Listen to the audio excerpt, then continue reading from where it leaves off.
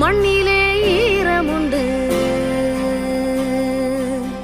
முள்காட்டில் பூவும் உண்டு. நானும் என் பையனும் ஒரே காலேஜில் படிக்கிறோம், ஒரே டிபார்ட்மெண்ட்டில் ஒரே கிளாஸில் படிக்கிறோம்.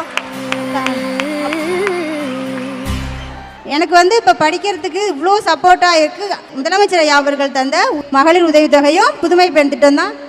நான் நிறைய இடத்துல என் அப்பா அம்மா கஷ்டப்படுறத கண்ணிலேயே பார்த்துட்டேன்.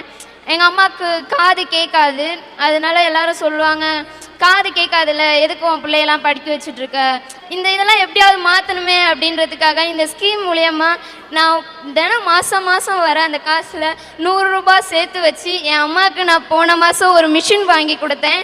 அந்த மிஷின்னால இப்போ எங்கள் அம்மா கேட்டுட்ருக்காங்க. அது எனக்கு ரொம்ப சந்தோஷமாக இருக்குது.